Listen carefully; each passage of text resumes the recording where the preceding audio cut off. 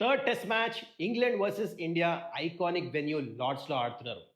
లార్డ్స్లో India already 3 test మ్యాచ్లు గెలిచారు, which is the highest number of wins. ఇంతవరకు ఏ వెన్యూలో ఇన్ని విన్స్ రాలే. On the other side England కూడా ఇక్కడ 59 టెస్ట్ మ్యాచెస్ గెలిచారు, which also is the highest comparatively with other venues.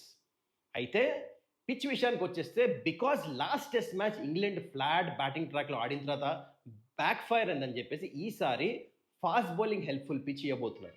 So దీని గురించి ఇండియా ప్లేయింగ్ 11 ఎలా ఉండొచ్చు? I just feel that India ఒకటే చేంజ్ చేస్తారు, అది ఆల్రెడీ అనౌన్స్ చేసేసాడు శుభ్మన్ గిల్ లాస్ట్ మ్యాచ్లో పోస్ట్ మ్యాచ్ ఇంటర్వ్యూలో, that Bumrah is going to come back అని చెప్పేసి. So I feel that Bumrah will walk in place of Prasidh Krishna. కావాలంటే ఇండియా ఇంకొక చేంజ్ కూడా చేయొచ్చు, అదేంటంటే ఇద్దరు స్పిన్నర్స్ ఈ వెన్యూలో అవసరం లేదు. ఎందుకంటే this is the fast bowling pitch. Traditionally కూడా హిస్టరీ కూడా చూసుకుంటే ఒకటే స్పిన్నర్ ఆడతాడు.